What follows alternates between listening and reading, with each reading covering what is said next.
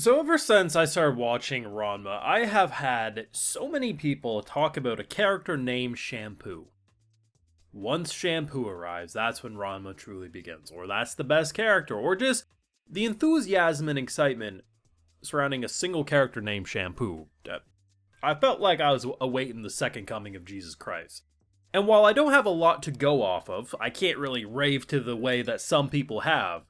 What I've seen so far with her character, it seems like a damn good character so far. And a lot of people, the way they talk about it, seem to think this is the best character. And based on what I've also seen, even if people who don't think it's the overall best, I haven't really seen people talk smack about Shampoo.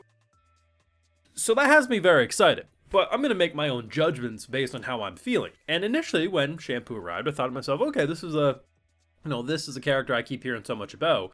It's fun, but more or less what I'm expecting. And while they didn't do anything truly crazy with how, Shampoo sees Ranma both in boy and girl form, I haven't seen a single red flag, and I see the potential for this being my favorite character if this really does go as solid as they are making it out to be.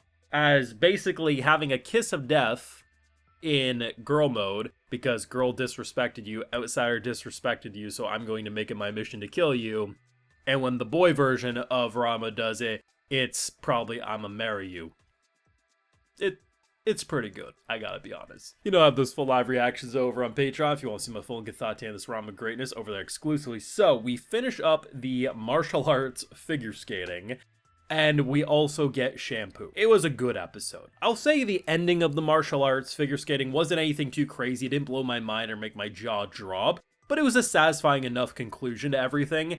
I said it last week though, they had the potential to do the dumbest thing ever, and while they didn't overly highlight it, they did commit to the dumbest thing ever.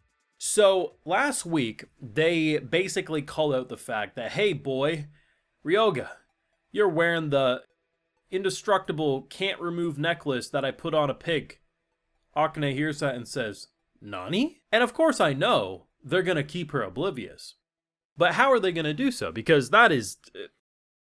that's as much of a call out as possible. And pretty quickly into the episode, they actually give Akane a way out before doubling back and just making her seem like an idiot. And I love it.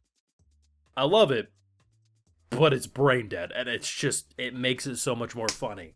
So, basically Ryoga throws in her face that, hey, I freed the pig, and I just kept the collar as a keepsake. It's a dumb reason, but it's enough of an out that you could argue, Brandon, you're being too hard on Akane, she didn't have a close enough look at the collar before, blah, blah. There's a lot of excuses I see in the comment sections of these Ranma episodes, but that would have been an actual excuse as to why she would have given up on the, maybe you are the pig after all. But it's the fact that apparently Akane can't swim, so when she falls into the water, she's drowning.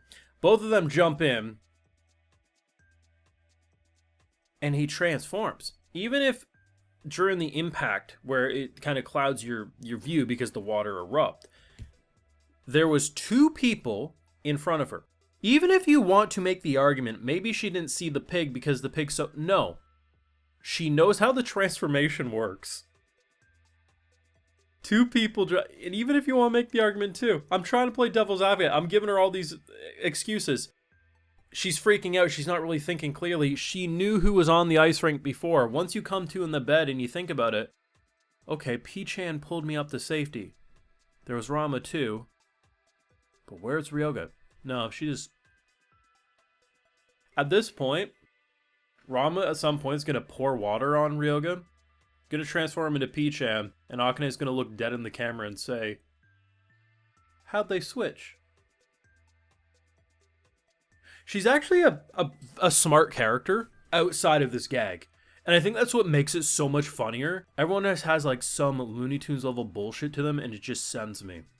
The resolution when it came to the figure skating, though, more or less where you probably think it's going to go. To me, the funniest part of everything is how there's like shots where the crowd will just be watching and cheering. They're not like questioning like, damn, this is no, it's just more like, damn, this year's event's actually pretty crazy, huh? Just normal day, a normal Monday for them as far as we know. And then they introduce the Shampoo stuff. And I don't know what the hell she's wielding, but she comes in like Kool-Aid Man saying, oh yeah, and just wants to kill Ranma. And I love that a lot of the rivalries, if not all of them, probably are going to stem from either who loves who or who Ranma stole food from. Because now this is the second time in a row where the person is upset because Ranma came in, stole the prize-winning food, so we're going to make this up. You have to challenge the champion. Shampoo gets one hit KO'd and gives a little peck on the cheek. Peck on the cheek in this case isn't Yuri Funtime, it's I will make it my life's mission to brutally kill you. And I wasn't sure what exactly they were going to do initially. I was like, okay, most likely she's going to fall in love with the boy, because we've already done that with other characters. It would make sense here. But it's the fact that after he knocks her out, I was like, oh, clearly going to be a kiss on the lips, right? It's clearly going to be a kiss on the lips.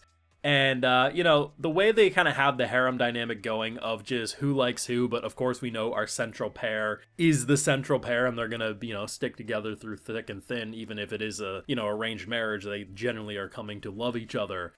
There's a lot of potential with this character. I see that. And so far, I haven't seen a character I wish wouldn't be on screen. As much as I hate, you know, Diddy's nephew, who's constantly trying to steal a kiss, or the fact that this girl is just destruction, like just...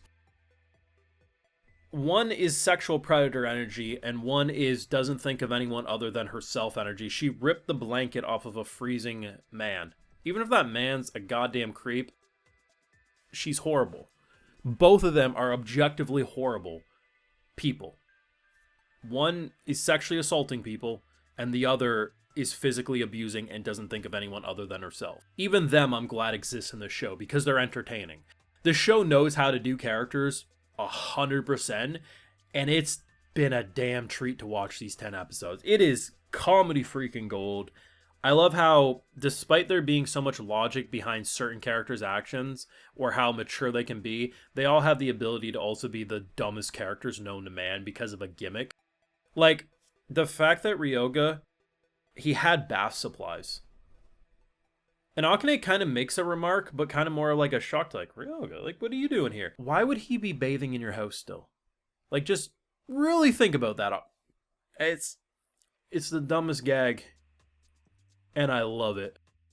Let me know what you thought down below, because we got the conclusion to the arc we've been watching the past couple weeks. I thought it was satisfying, but I think really the real fun factor of the episode was indeed the new character. I don't have history with said character, so I don't know where this goes, but for a first impression, yeah, I could see how this could be a character in the running among a couple others that I've seen up to this point for who could end up being the best or my favorite character by the end of this 2-core anime.